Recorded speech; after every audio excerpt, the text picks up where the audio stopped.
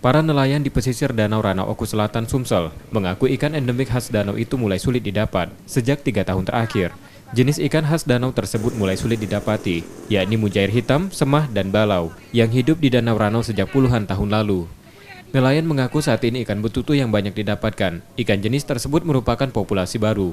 Ikan betutu inilah yang diduga menjadi penyebab menurunnya perkembangan ikan asli Danau Ranau karena kerap memangsanya.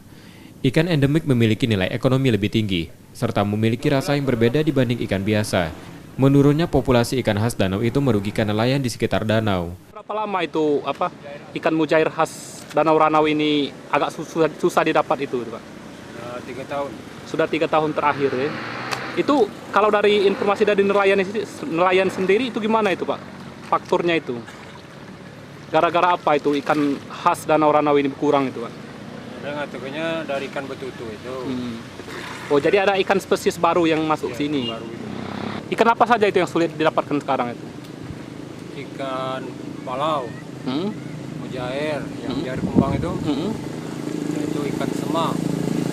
Oh, jadi 3 ikan itu sulit sekarang, Mas? Pemerintah kecamatan akan berkoordinasi dengan kabupaten terkait populasi ikan asli di Danau Ranau.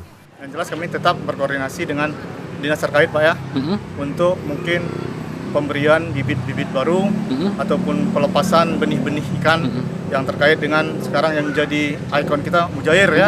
Nah itu nanti kami akan sampaikan baik melalui dinas terkait dan kami sampaikan ke pemerintah kabupaten, Pak. Pemerintah tetap memikirkan dampak dan perkembangan populasi ikan yang ada khusus ikan khas Danau Ranau. Setiabudi, Kompas TV, Ogan Komering Ulu Selatan, Sumatera Selatan.